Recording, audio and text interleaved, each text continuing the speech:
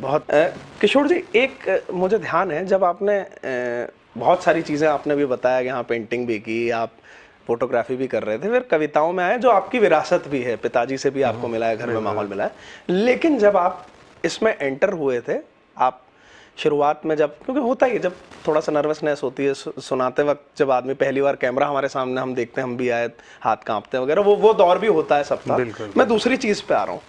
कोई एक किसी कवि ने, नाम किसी का नहीं लेंगे, कुछ कहीं आपको कोई ऐसी टिप्पणी की थी जो मेरे ख्याल से बाद में आपके लिए ऊर्जा भी बनी थी, कुछ ऐसा कुछ हुआ था, मुझे ऐसा ध्यान है। हाँ बिल्कुल अमित, सही है कि जब मैंने 2002-03 के आसपास मैंने जब ये कविता शुरू की और गोष्ठियों के अंदर मैं अपना काव्य पाठ करने लगा, पिताजी के साथ में जाने लगा, तो चूंकि पिताजी एक वरिष्ठ कवि, साहित्यकार और मंच के बड़े कवि हैं, तो लोगों ने मेरी कुछ तारीफ की। शायद मुझे गलतफहमी हो गई हो और मैंने सोचा कि जब कविताएं मेरी ये सब अच्छी बता रहे हैं तो इनको आम आदमी तक पहुंचनी चाहिए, और उसके लिए कवि सम्मेलनों के मंच सबसे बड़ी अच्छी जगह मैं मानता हूं। तो मैं बड़े बड़े तथाकथित जो कवि हैं उनके पास में गया, तो उन्होंने मुझे एक तरह से अपमानित किया, मुझे दुत्कार भी दिया उन्होंने, और कहा यार गोष्ठी में 2 कविताएं क्या लिख ली तुमने, तो बड़े बड़े सपने संजो लिए।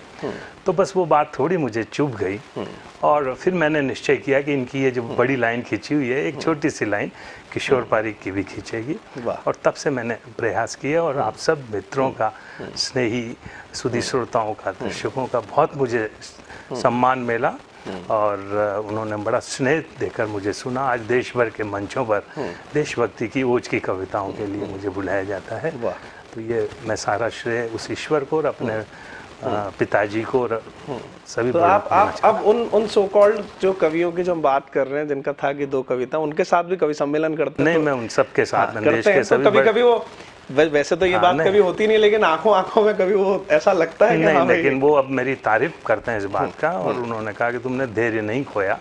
और चूंकि वो एक प्रतिस्पर्धी युग है, उनको ये लगा कि शायद ये व्यक्ति है हमारी प्रतिस्पर्धा में आगे आ जाएगा, और एक शहर में जनरली इस तरह की बातें होती है, तो उन्होंने उस दौर में कहा होगा। लेकिन अब सभी लोग मेरे सहयोगी भी हैं, वो बड़े आत्मीयता से मेरी कविताएं भी सुनते हैं, मंच पर मेरे साथ भी होते हैं, बड़ा स्नेह मिलता है मेरे उनके प्रति। प्रतिस्पर्धा की आपने एक बात की, कवियों के बीच में मैंने बहुत कॉमन चीज देखी है, लॉबिंग बड़ी तगड़ी चलती है।